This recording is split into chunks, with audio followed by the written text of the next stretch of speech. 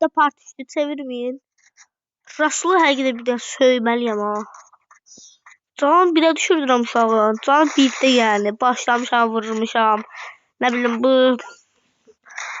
şey atmışam, adı nədir? Qarşıya atmışam, yəni vurmuşam. Adamda can 1 deyə.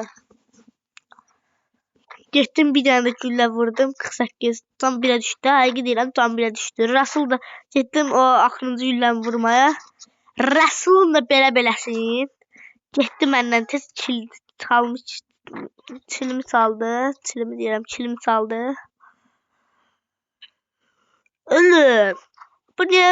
Bu YouTube'a 3 dəqiqəlik sadəcə video yükləmə var ha. Çox yəni boş şeydi gəldi.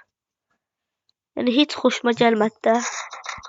3 dəqiqə niyə mən uzun video çəkib paylaşmaq istəyirəm. Nə bilim eləmək istəyirəm də uzun videolar. Böyle güllənin də son 1 dəqiqədə doldu. 2 dəqiqədə bu oyun qutaracaqsa da hər oyun da 3 dəqiqədə. Bizim üçün hava olsun. Alar da. Güvənirəm. Hər sənin moment. Moment sen alarsan. Almayam. Baha düşdünüz. At da. At kör olsun ged üstünə. Qaç. Çatanmadı. Yox. O da can basır. Basmır. Akıllı oynayır o. Dilo yaylalar. Geçersen sen Rasul. Akıllı oyuncu.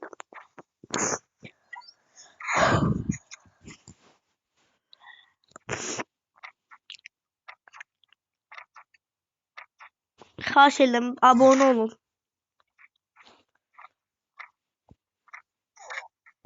Bu ne öyle şey olur? Tabanca varmış.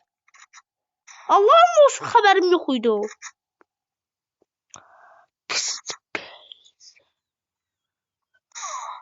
Neyse ağzımıza sponsor. Nasıl işitmediyse.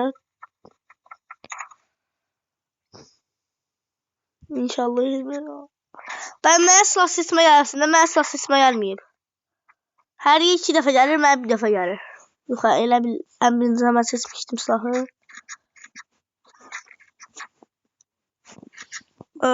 Dilo yaylalar.